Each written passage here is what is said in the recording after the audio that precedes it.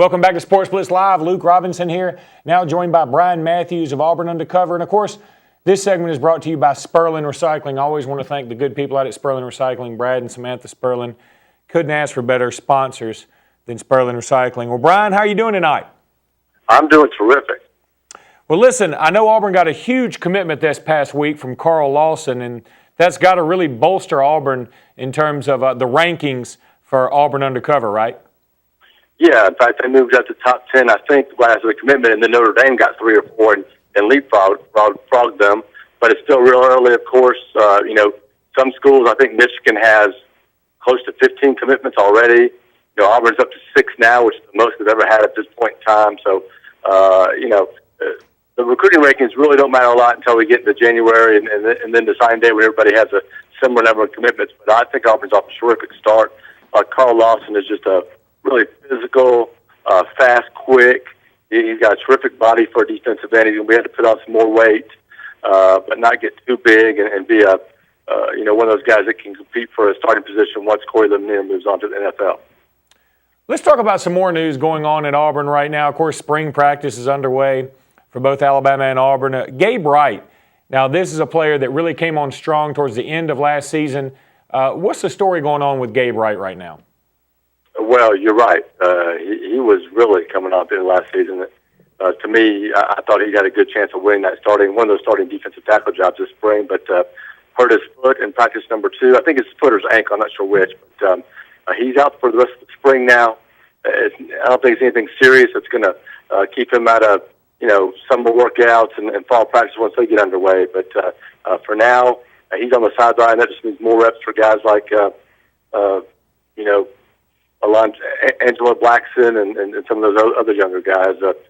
Byran Niles is a guy who redshirted last year. Devontae Sigler is a guy who's up to 290-plus pounds. He can play defensive end still at that size, but I think his future is at defensive tackle also.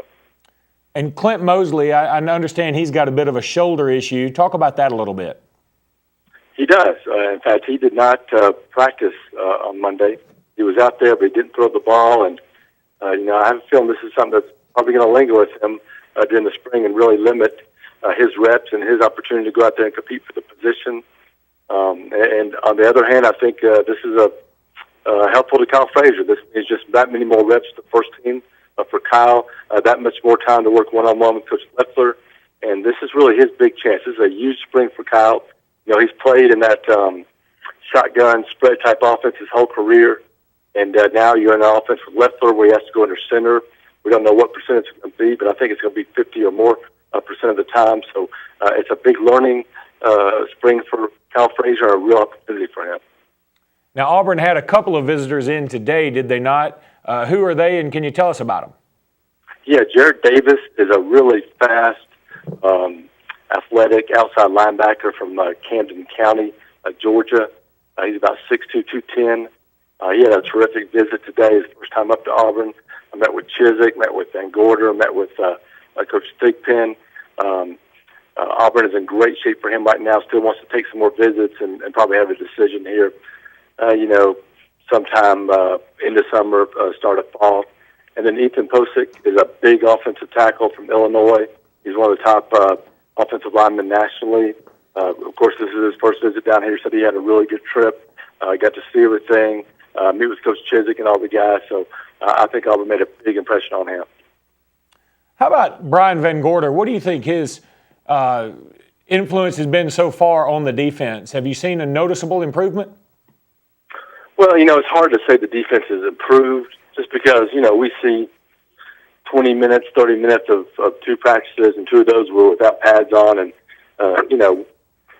this is a learning experience for them, especially early on. But I think it's, I think you can assume that Auburn's going to be much better on defense just with all the guys they got coming back. They have almost every starter coming back.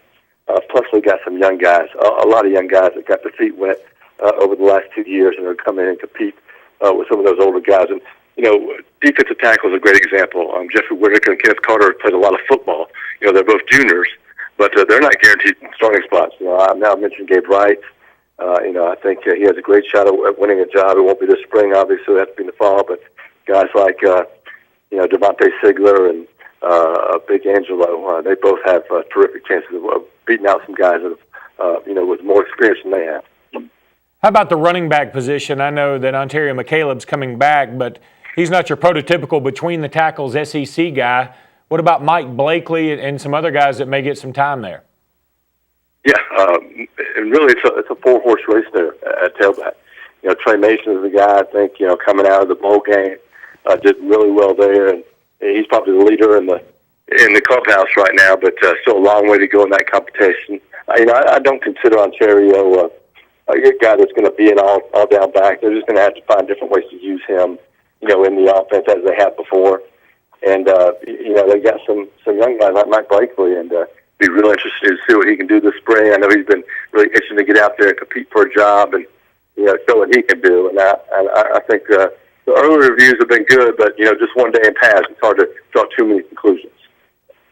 Let's talk a little bit about Auburn basketball just for a second. I know they had two key transfers, Willie Kouassi and then Bernard Marino. I don't believe Marino played all too much this year, if at all. I certainly don't remember him, but Kouassi had some good moments in blocking shots at least. What's the story there, and do you think Auburn's going to be able to fill those two roster spots with some other incoming signees? Yeah, in fact, they are. They've got a class now of 4 signees and 1 commitment, and they're looking for one more big man, to bring in the spring period to sort of top off that class. But if they do that, they're going to be full with all 13 scholarships. And I think losing Kouassi is a loss for Auburn. But him and Marino are best friends. They sort of do everything together, and they just didn't feel like they fit in well enough at Auburn. Marino redshirted this year after suffering a preseason injury, so they're going to move on. I would assume maybe a smaller school, so they can get out there and play. I know Marino probably doesn't want to sit out another year. We'll have to wait and see on that. But basketball wise, Auburn has a chance to be much better next year if they can get a point guard to step up. Perez Ward is certainly not going to be back, but the other positions, they got a lot of talent, a lot of experience coming back, and they've got one of their signees, the big 7-footer who led the junior colleges, Ashon Tatum, and he led the junior colleges in block shots and was top 5 or 6 in rebounds. So he's a guy that come in and help right away. Well, hey, break up the Auburn baseball team. You take 2 out of 3 from LSU. That doesn't mean quite as much today as it meant just a few short years ago, but still, the baseball team making some strides. They are, and I don't think anybody that saw them play early in the year would have expected, this type of start, a 4-2 start in the SEC, and it's a really talented league. The SEC has got 6 or 7 teams that have a shot at hosting regionals this year, so it's a really a good league. And the thing with Auburn is they're getting good pitching, which they really haven't had in 7 or 8 years from the starters, and they're developing a little bit of depth in that bullpen, and they're just finding ways to win. With these dead and bats now, you're not getting all these high-scoring games. You're getting in a lot of 4-3, 3-2 type games, and Auburn is just finding ways to eke out that extra run. They're playing good defense behind these pitchers and doing almost everything right. In fact, they had a chance to sweep LSU. They played great defense all weekend, and then they had that one bad inning where they had an error and gave up 3 unearned runs. If it wasn't for that, they would have swept LSU. Well, Bryan, thanks so much for being with us, bud, and thanks to Sperling Recycling for sponsoring this segment. Why don't you tell folks how they can sign up for 24/7 Sports or at AuburnUndercover.com? Absolutely. They can check us out at AuburnUndercover.com. Sign up for our 30-day free trial. That'll get you through spring practice, get you to A-Day. That'll be another big recruiting weekend for Auburn. And, we're cranking out right now, I'd say, 6 to 7 to 8 stories a day, especially on a practice day like today was. I know we had 2 videos, 2 or 3 stories already, a photo gallery. I've got 2 more recruiting stories I've got to write right now and put up there. So we're just blowing out our coverage right now. Well, listen, thanks so much again, Bryan. We really do appreciate you being on with us, and we hope to have you on again soon, okay? All right, take care, guys. Appreciate it. That was Bryan Matthews with AuburnUndercover.com. Certainly do